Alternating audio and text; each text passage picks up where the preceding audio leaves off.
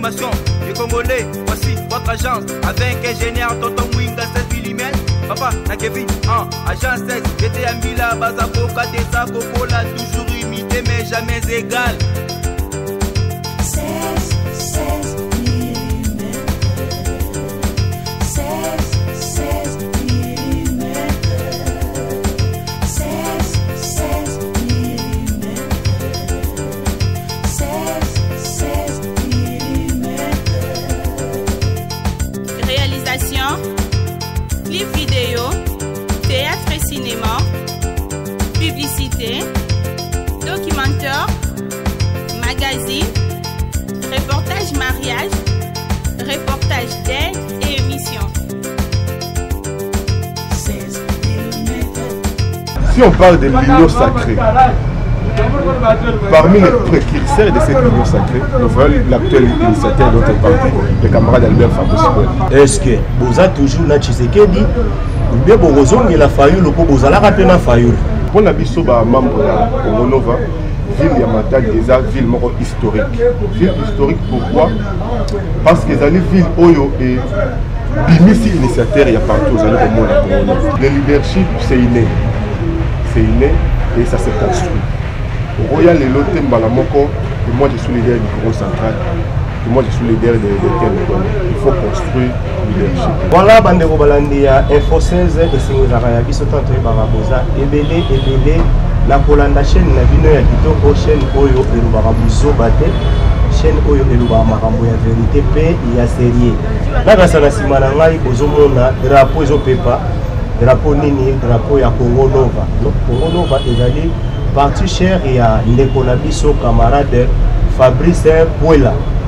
Lelo toyambi ya bino ndeko Serge Masiala cadre ya parti Congo Nova na ye tokosulula mozindo ya parti tokosulula makambo oyo ezali na parti.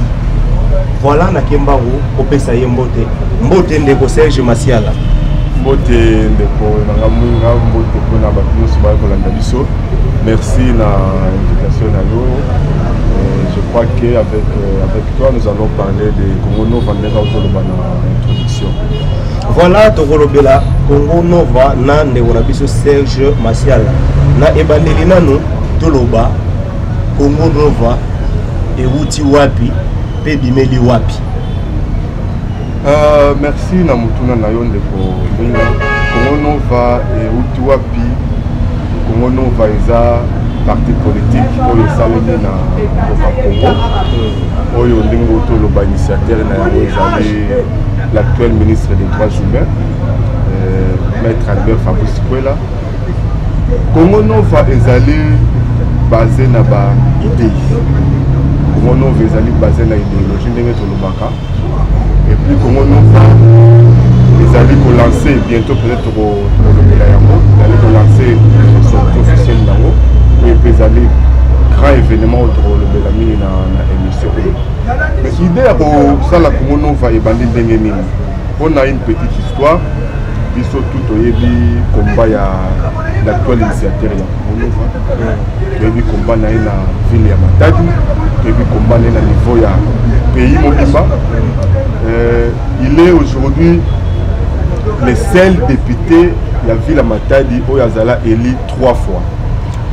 3 fois successifs. Donc Azala élu en 2006, Azala élu en 2011 et puis Azala élu en 2018. Azala Yemoko Oyo a battre record. D'ailleurs, pour aujourd'hui, à Matadi, on l'appelle triple brassard. Pour vous dire quoi, à Matadi, lorsqu'on vous fait cette confiance-là, et ça par rapport à Moussala, par rapport à la vision Oyozali. Alors c'est ainsi que Total la vision wana Oyo initiateur Azali, il fallait maintenant mettre ça sous format d'un grand parti politique pour la sous-vision quand on a cadré la démocratie, la vision qu'on représente comme les on sait il y a parti politique, il y a mon idée qui a créé parti Oyo Congo Nova. Parti Oyo Congo Nova ezali représenter les lots partout. Partout dans la RDC, dans la province, puis même dans la diaspora. Je serais surpris les alliés partis et Bambi Sika, mais où ils ont déjà représenté partout. Donc, ils ont parti mallette, ils ont tous qui l'ont fait, ils ont parti mallette, ils ont partout, ils ont parti. Voilà, d'ailleurs, ils ont tout bien introduire l'émission pour vous dire que ce n'est pas un parti mallette. Et même sortie officielle au total pour ça là, les années pas sortie officielle de la partie de société. On aura le temps de parler de cette sortie officielle, mais les années pas partie de société. On va se rendre compte que parti Nabiso avant de lancer sortie officielle, ils ont déjà implanté dans la province de Belé na Congo. Cela signifie quoi? Parti pour implanter parti, il faut déjà ma vision et puis adhérer. Et vous allez vous rendre compte qu'aujourd'hui, le parti est représenté presque, peut-être pour ne pas me répéter, dans toute la République démocratique du Congo. Donc c'est une vision que les Congolais ont adoptée et ceux qui sont ici au Congo et ceux qui sont à l'extérieur du pays ont adopté et que nous venons de mettre sur ce format d'un grand parti politique. Donc pour leur répondre à la question, pour leur rebattre, les alliés partis malais, les alliés partis Oyo, les alliés bien déterminés, bien assis sur une idéologie bien déterminée, Oyo peut-être redévelopper parce que les Congo Nova, les alliés un parti social-démocrate. Voilà. Je devais commencer par là. Nous sommes des sociaux-démocrates. Parti Congo Nova, les alliés promouvoir la démocratie et la justice sociale. Est-ce que au sein du parti ou à la démocratie est-ce que Zali oui, pour connaître bien les partis, il faut Obetatou ou bien il faut Oya, comme ça on a la parti Zali. Je vais vous surprendre. Au Congo, nous n'avons pas une autorité morale. Autorité morale, maître Fabrice Paul. Au Congo, nous n'avons pas une autorité morale. Nous avons l'initiateur du parti qui est l'actuel ministre des Droits humains, le maître Albert Fabrice Paul. Et nous avons un président du parti, M. Tony Mambi, qui est le président du parti. Et nous avons plusieurs secrétaires généraux, entre autres le secrétaire général chargé de la vie du parti, M. Christian Boulembi. Nous avons un secrétaire chargé de la mobilisation et implantation du parti, M. Jancy. Et puis nous avons plusieurs secrétaires généraux. Donc pour vous dire, c'est un parti démocrate. Nous prenons la démocratie et nous travaillons sur les valeurs démocratiques. Peut-être la soulever qui pourquoi? Parce que vous savez, on a remarqué et on a observé que dans plusieurs partis politiques, c'est plus pour promouvoir Moutou que pour promouvoir l'idée. Alors que les partis politiques, on doit promouvoir l'idéologie. C'est l'idéologie qui fonde un parti politique. Et c'est comme ça qu'au Congo, nous développons ou nous prenons plus l'idéologie du parti que les personnes. Mais maintenant, pour tout qui est la même idée, Bandero Matadi, Bazo Yokanga, Bandero Pea Diaspora, Bazo Yokanga, bisous tout est qui maître Fabrice Pouela, toujours à monter les Méli Joseph Kabila. Wana bena Bandero Nyon son ami co-cité pour les Alaki Newana. So, Awako Joseph Kabila, Akenda Nayen. So, parti na bino ya malo pour monter les Mélanani. Merci na motuna na yo et puis place wana qu'il fallait merci na ngo toutes questions moko très motuna et très motuya. Là aussi nous devons peut-être rectifier et puis préciser quelque chose. L'initiateur du parti a télémelaka Moutouté. L'initiateur du parti a noté un système. Parce que pour nous, on appelle ça Joseph Kabila rouge. C'est un système. Vous savez, le président de la République, c'est toute une institution pour nous. Et lorsqu'au téléméli, le président au téléméli système, et l'initiateur du parti, le camarade Albert Fabrice Kola, avant le téléméli système, c'est le système. Il combattait un système qui n'était pas du tout un bon système pour le développement du Congo.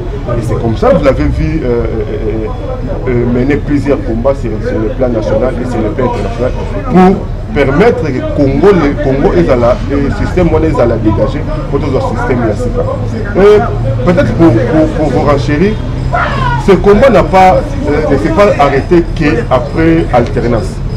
Le combat de notre initiateur continue qui même au-delà de l'alternance, parce qu'il a continué à mener ce combat pour la coalition FCC Cash. Vélo et Belé, beaucoup ne le savent pas. Si on parle de l'union sacrée, parmi les précurseurs de cette union sacrée, nous voyons l'actuel initiateur de notre parti, le camarade Albert Fabrice. Pourquoi? Parce que vous suivez l'actualité du pays. Lorsque les choses, les bandas qui un peu aux alambilinga, c'est les députés, c'est lui les députés, il y a Télémaki, et puis à Menaki Biro Mabunda, à l'époque, au niveau de la justice. Parce qu'il avait remarqué que les choses ne se passaient pas très bien au niveau de l'hémicycle. Et à Menaka Biro Mabunda dans la justice, et c'est cette action qui a fait que le FCC soit démystifié en quelque sorte. Et après lui, on a vu plusieurs autres députés prendre les relais pour qu'on sache tout. La coalition FCC Cash est à la dissoudre. Et le chef de l'État avait pris les relais pour dissoudre, pour mettre fin à cette coalition FCC Cash. Et c'est ainsi qu'il y a eu l'essence de l'union sacrée. Voilà pourquoi je vous dis qu'il est parmi les précurseurs de cette union sacrée. Donc son combat n'était pas contre une personne, c'était un combat contre un système. Et aujourd'hui, nous voyons le fruit. Voilà. Maintenant, Bandeko Balingi Bayeba, Lelo Oyo Ndeko, Aza déjà ministre, Azo travaillé na Tshisekedi. Toujours qu'il est bientôt là, toujours qu'il est na Mapona. Est-ce que vous êtes toujours na Tshisekedi ou bien vous avez la faillite ou vous avez raté la faillite? Les journalistes, vous savez, nous faisons partie du gouvernement congolais. Donc le Congo va faire partie de l'Union sacrée. D'ailleurs, on doit faire partie de l'Union sacrée parce que nous sommes, comme je l'ai dit, notre initiateur est le précurseur de cette Union sacrée. Et nous serons avec lui aujourd'hui et demain. Élection Ezali Koya, nous allons battre campagne pour l'actuel chef de l'État parce que nous avons un bilan à présenter et nous avons un bilan à défendre. Mais aussi, nous allons battre campagne pour tous les candidats du Congo Nouveau. Pourquoi? Parce qu'il faut porter l'actuel président de la République la tête, pour reconduire la tête de Mboka pour les 5 mandats, mais aussi il faut que majorité. Et cette majorité doit être ou sera composée de plusieurs députés du Congo. Ça, c'est un combat que nous allons mener. Nous avons des arguments et nous avons notre initiateur. D'ailleurs, c'est l'argument suprême que nous allons présenter parce que les Moussala, ils allaient au Salma. Peut-être que dans le domaine, il y a 3 semaines. Moussala, ils allaient au Salma. Il y a Malonga. Voilà. Pour tout le monde, bilan a été au bilan Ndeko Fabrice Puela pendant mandat où il a travaillé. Donc il y a une sortie officielle, il y a parti. Sortie officielle, il y a parti. Boponi Bosala Yango na Matadi. Pourquoi Matadi? Pourquoi Matadi? Je sais que cette question Belé va tourner Yango. Pourquoi Matadi? D'emblée, je vais vous dire Matadi est allé ville ya Congo. Matadi, nous sommes toujours dans la République de l'Afrique. Les villes ya Congo, mais Congo central. Voilà, na Congo central. Mais ils ont la carte ya Congo. Voilà. Matadi, pour nous toponi Matadi, vous savez, il y a eu un débat au niveau, il y a hiérarchie à parti. Et à l'unanimité, on a choisi la ville de Matadi. Pourquoi la ville de Matadi? Parce que pour la Bissoba, membre de Congo Nova, ville de Matadi est une ville historique. Ville historique pourquoi? Parce que c'est une ville Oyo et Bimisi initiateur, il y a partout au monde. Je l'ai dit dans l'introduction, cette ville est accordée confiance dans l'initiateur Nabiso 3 fois successives, dans 3 législatives successives. Donc c'est une ville qui a porté notre initiateur national. Et pour nous, on a compris que c'est une ville historique pour nous. Ville de Matadi des alliés locaux qui sont des alliés pour la Balumumbiste. Voilà pourquoi on a dit non. Sortie officielle, Tokita na Matadi, pour sceller déjà confiance aux Zalaga. Unité aux Zalaga entre les Matadi en particulier, puis tous les membres du Congo central en général, avec notre initiateur, mais aussi pour faire comprendre que dans Matadi, tous allés lier pour na eloko na auto ko soulever pour la historique que les alliés ko lié biso na ville de Matadi. Mais toutes les délégations seront présentes. D'ailleurs, je vous informe que déjà les lots, la délégation est belée et alliés au Canada dans Matadi. La délégation qui va pour la délégation Nord, Sud, Kivu, délégation qui Sangani, la délégation qui quitte, la délégation de partout, les autres qui sont dans Matadi. Donc Matadi, pour terminer, Matadi, le 14 janvier, et la capitale politique du Congo. Voilà, mais c'est l'information que je Congo Nova Batubazo Monamoka Nenge Morona Abako, donc association de Bakongo, de Bakongo na Bakongo Bazakuna. Pourquoi il y a déjà, la réponse est très simple. La dénomination dans vous sentez déjà la différence lorsqu'on parle de la Bako. On est les responsables de Bakongo parce qu'il y a à Bako. On parle de Congo Nova. Je ne vois pas le Congo central dans le Congo Nova. Je ne vois pas le Nord qui dans le Congo. Je vois le Congo, donc le Congo dans l'ensemble. Là, c'est une différence. Deuxièmement, nous avons l'initiateur qui est le ministre national, Azam ministre provincial, il y a Congo central, il y a ministre provincial, il y a Bandundu, il y a ministre provincial, il y a Nord, c'est un ministre national.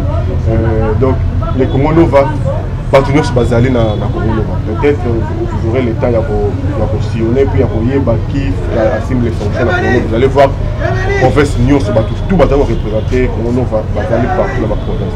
Congo Nova, ils allaient représenter dans la province Ebélé.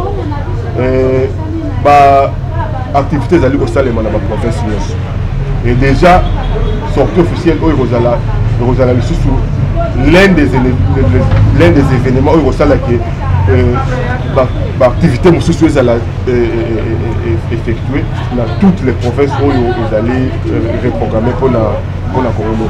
Déjà d'emblée je vais vous signaler qu'il y a une activité qui est prévue au Sud Kivu, il y a une activité qui est prévue à Kouamouf, il y a une activité qui est prévue même ici à Kinshasa. Le même jour? Non, le même jour, après sortie officielle. Voilà pourquoi peut-être pour revenir. Donc, on a les élites, c'est la sortie officielle pour dire que nous sommes un parti politique. Non.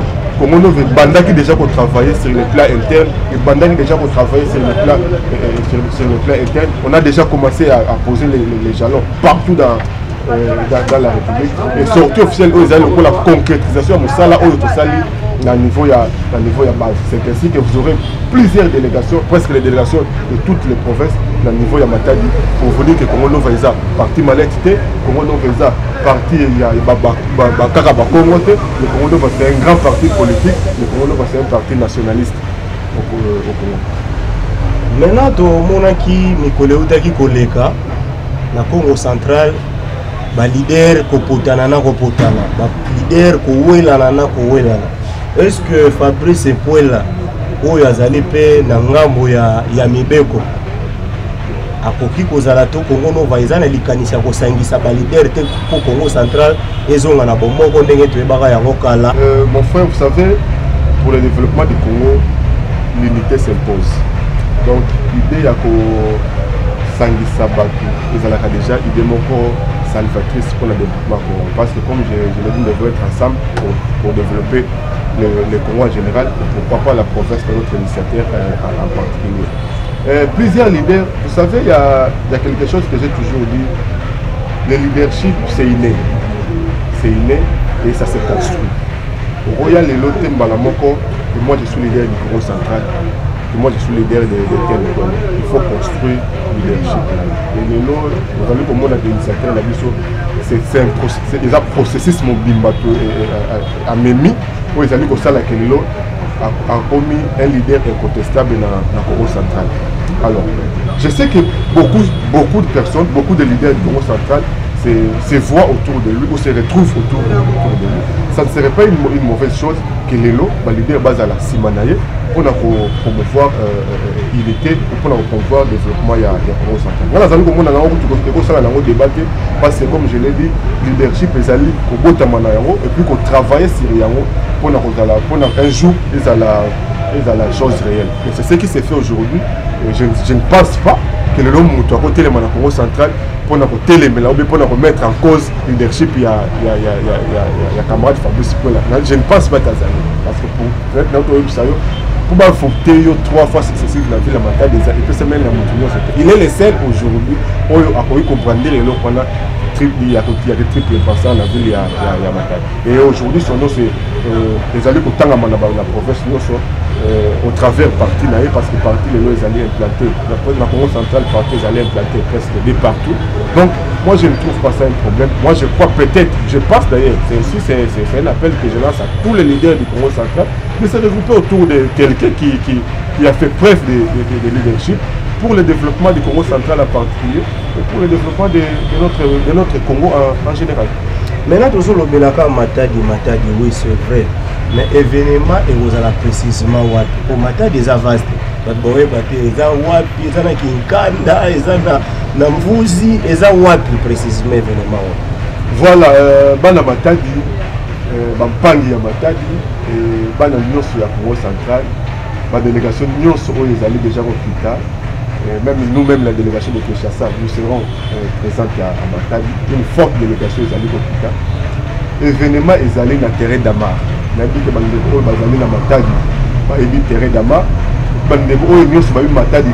Déjà, les gens sont quittés Matadi. Tant qu'on a commis la pause, on a déjà que Matadi est allé vibrer dans le rythme de la Nova. Si on retourne la question, on va indiquer, on va relaxer, place terrain d'Amar est allé.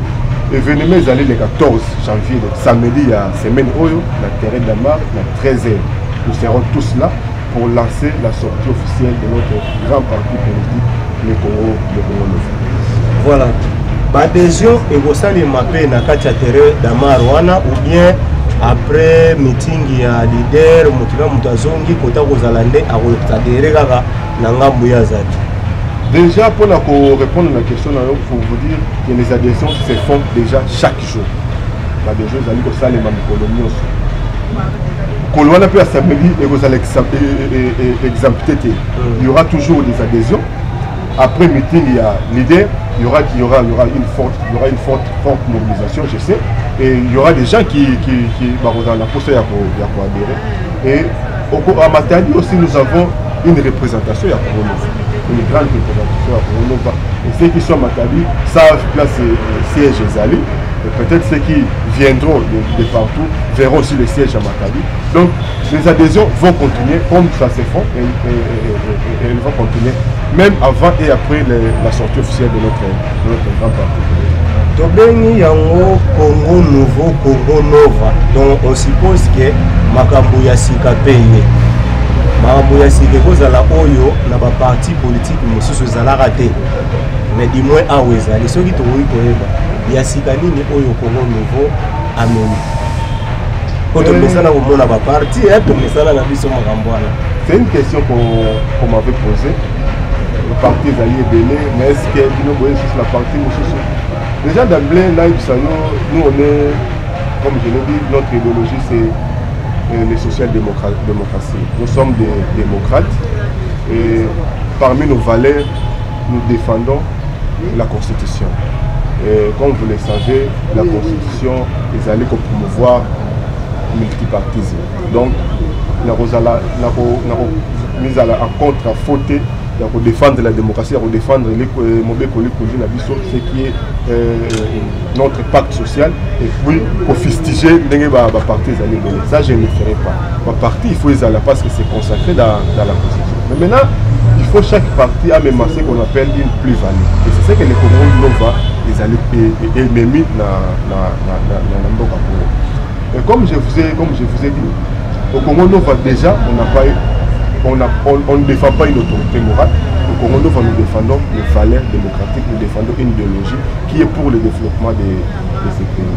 Au Congo Nova, c'est plus, nous mettons l'homme congolais au centre de tout. Au Yébi, adage moko, malheureusement, ils ont appelé le Congo pour la sous-développement ou problème il y a Congo, ils allaient pour l'homme congolais. Nous au Congo Nova, on ne voit pas ça.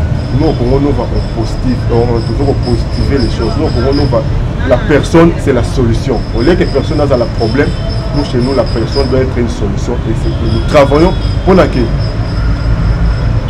congolais a la solution pour le développement de mboka. Au Congo Nova, comme je l'ai dit, tout changement doit commencer par soi-même. Au Congo Nova, tous allez Kobunda, pour changement, tous allez expérer pour le Congo, ils allaient dans le changement pour la Bissomoro. Bissomoro, tous allez changement. Je vais dire quoi par là. Si on veut changer le Congo, si on veut changer les Congolais, nous devons être les changements. Nous devons aspirer à ces changements. Nous devons être nous-mêmes ces changements. Et voilà pourquoi vous allez comme on a même une certaine ambition. La manière dont il y a la manière dont il y a pour conduire le ministère, il y a un grand changement. Vous savez, le ministère où il y a droits humains, il y a un ministère mais depuis il y a eu ministère, vous sentez qu'il y a une différence. Pourquoi? Les arts bateau magique. La manière il inspire les changements. Et c'est ces changements-là où ils allaient inspirer pour la partie politique et pourquoi pas pour la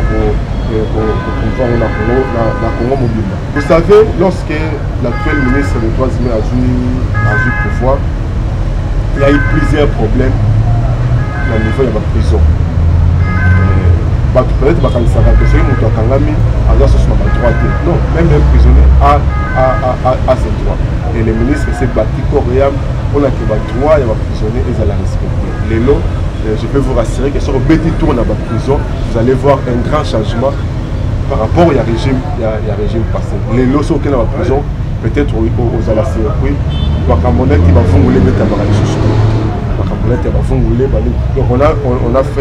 il a fait un grand travail même si on est prisonnier, mais on est quand même des droits pour les aller respecter. Mais aussi, sur le 4e chapitre, il y a un rapport mapping. Je sais que beaucoup en parlent, mais il y a bien voté. Sur le 4e chapitre, sur le 4e chapitre, les alliés colobéla en long et à large, c'est ce qu'on appelle la justice transitionnelle. Mais justice, on est très là qu'on a implémenté pourquoi. Au but, très là qu'on a la chose réalité pourquoi. Parce qu'on avait compris qu'il y avait des obstacles et sur le plan interne et sur le plan international. Il fallait quelqu'un, premièrement, qui n'est pas lié dans tout ce qu'on connaît comme rébellion, mais aussi où il y a une plaidoirie convaincante pour remettre en marche justice transitionnelle. Et c'est le travail que l'actuel ministre des Droits humains a fait. Les justice transitionnelle, ils allaient chose réelle. Justice transitionnelle, ils allaient malheur pour nous. Parce que ils allaient justice oyo, ils allaient ko sungaba o bazali ba victime na ba atrocité non chocoladé dans tout côté de la Mboka. Vous savez, il y a eu plusieurs guerres dans Mboka. Et les gens ont été lésés, beaucoup sont des victimes. Mais jusqu'à présent, les victimes, nous avons besoin de réparation, c'est ce qu'on appelle en français la réparation. Et au-delà de la réparation, la non-répétition. Il fallait mettre cette justice transitionnelle en marche. Et il y a eu, comme je l'ai dit, plusieurs obstacles. Et aujourd'hui, l'actuel ministre des Droits humains s'est battu coréen pour que cette justice soit chose faite et soit une réalité. Voilà, je ne pourrais pas parler de bilan Nyoso. Il y a ministère, voilà. Mais ce sont les bilans positifs. Le bilan est largement positif. Voilà, bilan positif dans le ministère ou bien dans l'ensemble. Non, mais ils allaient le roi Tolobara sous-ensemble, non? Ils allaient le ministère des Droits humains, ils ont la carte, il y a le gouvernement à Samalpol. Donc le bilan du ministère des Droits humains fait partie du bilan il y a le gouvernement national. Et puis fait partie du bilan, il y a Fatih qui est l'actuel.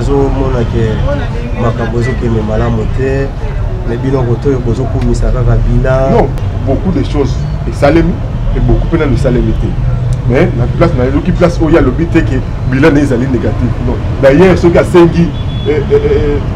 tout peut ça y est un second mandat, ils allaient pour concrétiser. Et là, aujourd'hui, on parle, sur le plan national, on parle d'un budget de 16 milliards de dollars. Et les gens qui topiquent pour le bateau belé. La Thérèse au monde en terre. Thérèse au monde en terre, c'est un langage de combien de mortels. Peut-être Tomesana, ça aussi j'allais parler de ça. Tomesana qui n'a une politique de paternaliste. Je vais dire quoi par là. En fait, vous avez une vision il y a ce que lobby budget par exemple 1 milliard, il faut pas les canards TNC 1 milliard c'est bon 1 milliard en fait et puis on va au Kaba. Ça c'était une vision erronée de la chose publique. Budget ezali wana pona ba grand travaux. Budget ezali wana pona permettre de lancer et là il y a social et population. Budget ezali wana pona pour permettre par makambo ebele et salem. Les élections au Touzali Kokina en 2023 sera financé par fonds propres. Vous voyez, les lots Touzali na projet au Touzali Kokina projet à 145 territoires. Vous allez projet à mon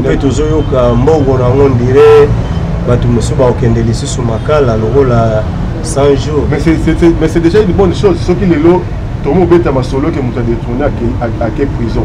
Ça, ils allaient natif actuel, ils sont actif actuel gouvernement. Parce que le qu'on est là jamais on parlait, on voyait.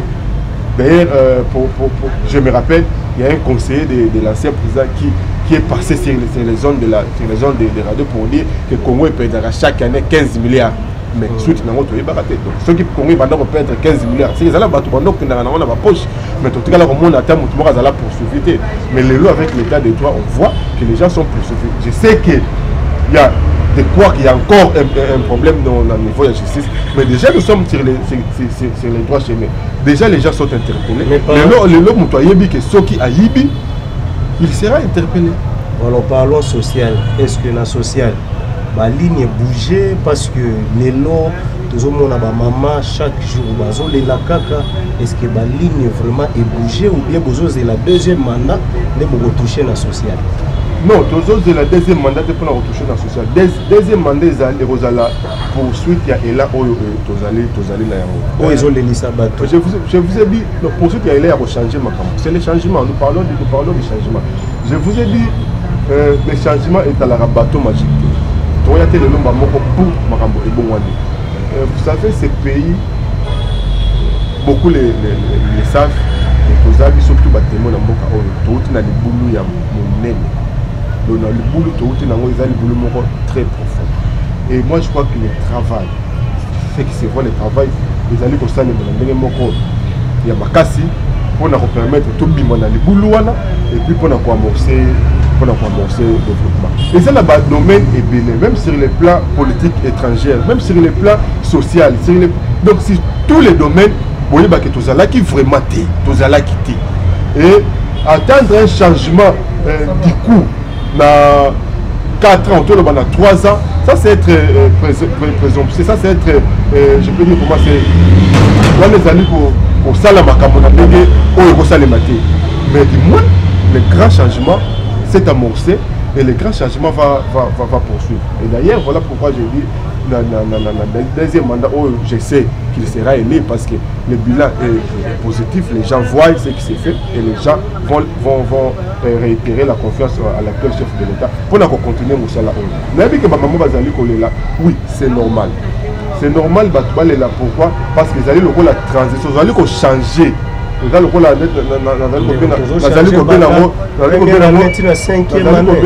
transition, on est en train de changer.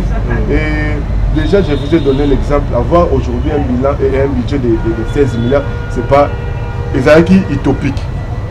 Pour la bataille de l'année. Les lots, pour la bataille de changement positif direct.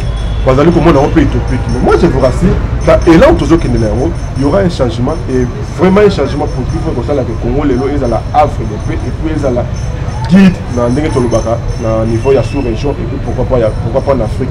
Voilà bandeko balandi ya Info 16 pour la rappel na bino touti boyamba ndeko Serge Masiala ya zali cadre parmi ba cadre oyo bazali na Congo Nouveau to sololi na ye boyokiye ndeko Serge Masiala tokomi na suka ya misolo na biso nini oyikoloba na bandeko oyo bazwaki libapo ya kolanda biso. Merci de ton pour l'invitation dans le nazali kotondela yo matondi mingi epuis nazali kofélicite na mosala ozali kosala surtout na équipe na yo nyonso mobimba bandeko oyo balandi biso ce qu'on peut retenir ezali eke Congo Nova oyo ezali grand parti politique na Congo ezali kosala sortie officielle nango na ville ya Matadi na terrain ya Dama na jour ya le 14 janvier 2023 donc samedi oyo toutes les délégations oyo outi de partout pour se retrouver na Matadi pour lancer sortie officielle ya parti na biso c'est ainsi nazali kobenga bandeko nyonso oyo bazali na Matadi oyo bazali banda ya Matadi na province ya Congo centrale tout se retrouver biso nyonso na terrain ya Damar ya mokolo ya le 14 pour lancer parti na biso politique au Congo Nova ndenge na oto koloba ngo le Congo Nova ezali parti ya bakongolais nyonso oyo nyonso azali na posa oyo nyonso asepelaki na komba ya initiateur ya parti oyo azali camarade Albert Fabrice Paul la actuel ministre des droits humains oyo nyonso asepelaka na komba na ye oyo nyonso asepela na komba na ye na ndenge abongisa régime passé azali le bienvenu ou la bienvenue na parti na biso aya akota na parti to achemine na ye ensemble nazali kopesa mpe mbote na bandeko nyonso bazali na Ngalema oyo ezali base naturelle na ngai parce que nga nazali leader mwana ya Ngalema et d'ailleurs c'est là où je serai candidat à la 2023 na députation provinciale nazali kopesa bandeko nyonso ya Ngalema mbote epuis nazali kopesa bamambre nyonso ya Congo Nova partout vous êtes bambote na bino euti epandeko na bino camarade na bino Serge Martial. Voilà bandeko tokomi na suka ya lisolo na biso mbote na bino nyonso bazwaki libaku ya kolanda biso na nsima kamera ezalaki Bita Kalema Chirika topesi ye mbote et puis azosala mosala na ye malamu mbote mpe na bacadre nyonso ya Congo Nova tokoki kotanga bakombo te mpo boye eleki ebele bandeko bokolanda biso na Matadi tokotala soki ekozala mpiaka to soki ekozala plein me nayebi ekozala plein botikala malamu bisiki kozali. Voici votre agence avec ingénieur Tonton Mwinga 7 mm. Papa na Kevin, agence 16, j'étais à Mila, Bazako, Kadesa, Kokola, toujours imité mais jamais égal. 16 mm. 16 mm. 16 mm. 16